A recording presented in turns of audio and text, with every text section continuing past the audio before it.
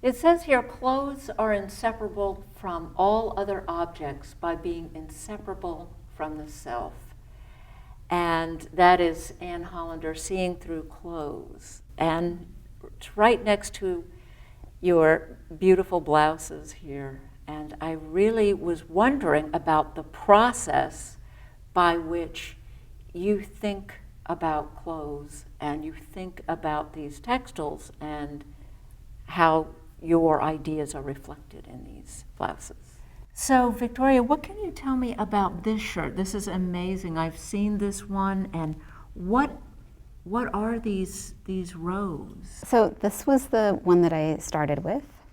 It all began with the idea of what it felt like to wear the lead vest that they put on you at the dentist's office, because I really love that sensation.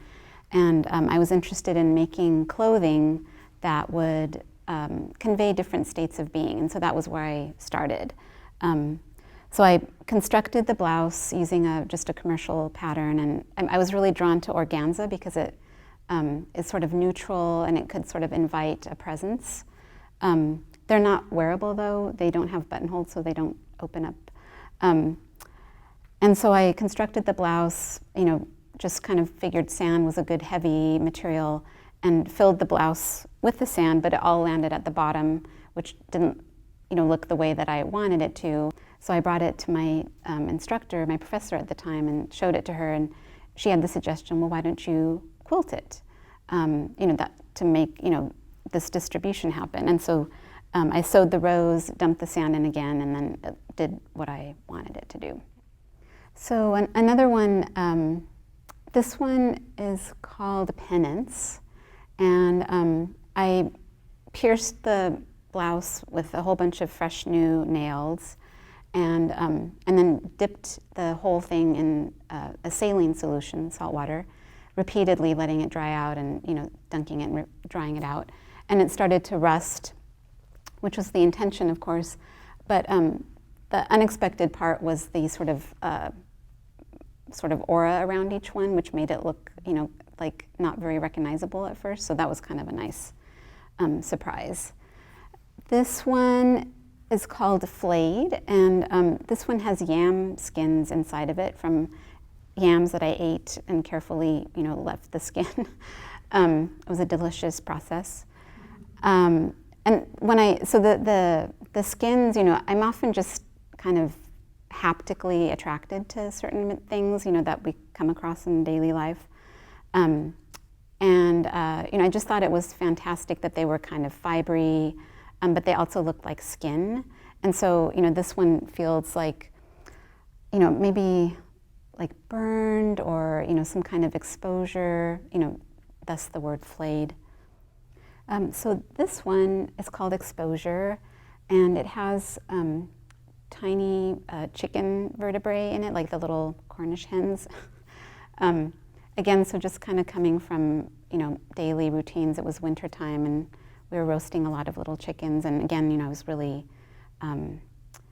just enchanted with the bones of the chickens, and just started to collect, clean and collect them. And this one felt like, our spinal column is where all our nerves come together, so it just felt like something that could be a state of being where one is very exposed, vulnerable.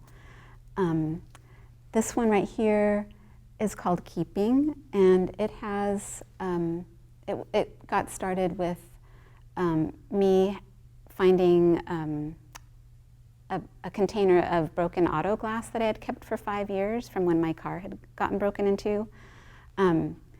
Just kind of thinking about, what kinds of materials I can put into these and how, the metaphor of the state of being that it could imply. And so this one was constructed by, again, the blouse is 2 layers of organza, and I pushed the little bits of glass in and stitched, pushed it in, stitched, and not unlike trapunto, an old method of quilting. And then this one felt like, someone who's sort of just barely keeping it all together, but could sort of, shatter at any moment. And then this one is called Abandon, and this is actually not so ordinary. However, I did just stumble across it. It was a braid that I found in my backyard at the time. I was digging around in the dirt for another project, and I unearthed this braid as though, you know, someone had just had sort of cut their hair off in one fell swoop. And so it ended up being my housemate's, and I asked her if I could use it. And so I kind of undid it a little bit, you know, but you could still, you know, see the, you know, the waves from the braid itself. And this one felt like more, you know, like someone who was just like letting go, you know, with abandon. Then this last piece was one of the earlier ones, actually. And this is actually my own hair, also from kind of a long, you know, big haircut. Again, just kind of keeping things with the thought that, oh, maybe someday I'll use this. And, you know, again, thinking about states of being and the sort of self-flagellation that some people can go through mentally, and referencing that back to like a hair shirt from, you know, religious, early, you know, far earlier religious times. So this one is, the hair is embedded between the two layers of organza, and it can't help but creep out. And so, you know, even though it's not quite as crude or harsh as an original hair shirt, it still evokes like a sense of discomfort and like kind of like, ew, you know, a little creepy.